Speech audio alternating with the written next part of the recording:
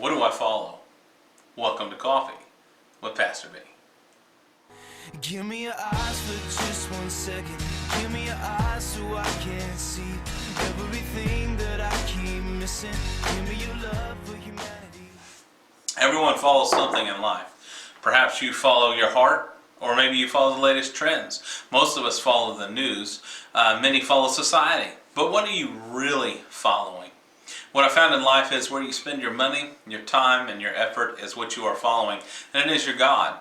The question is, will you follow God or will you follow the world?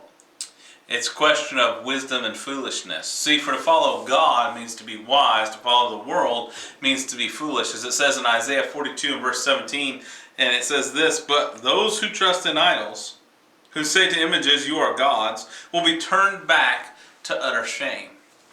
So who do you follow today, God or the world?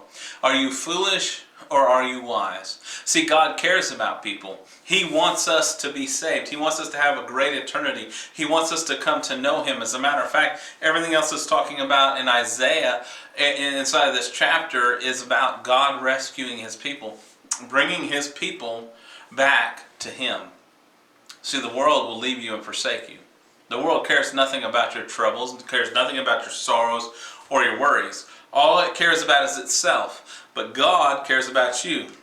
And besides, who are you going to follow? The one who has authority and power, such as the creator of the worlds. It tells us in Genesis 1, "For God created the heavens and the earth." Or do you follow the world, which is perishing and passing away? A world which is blown around by the wind and has no sense of directions. Will you stand on the solid rock and foundation, which is God?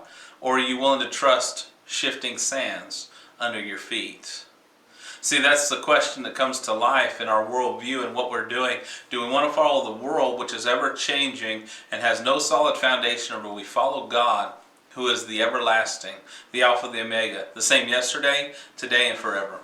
See, if we don't follow God, we're foolish. For whatever I put my money, my time, and my effort into is my God. If it is not Yahweh God, then I'm just being foolhardy in something that won't last, something that I've got to constantly recreate, something that I've got to constantly chase, and something that isn't solid in its foundation.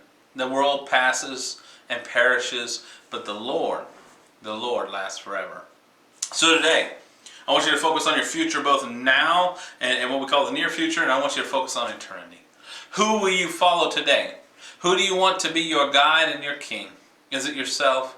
Is it the world? Is it that which is perishing and what floats with the wind? Is it foolish? Or is it God Almighty, the everlasting, the Alpha Omega, the one who is steady, the one true God, who will never leave you and never forsake you? Choice seems awful easy to make.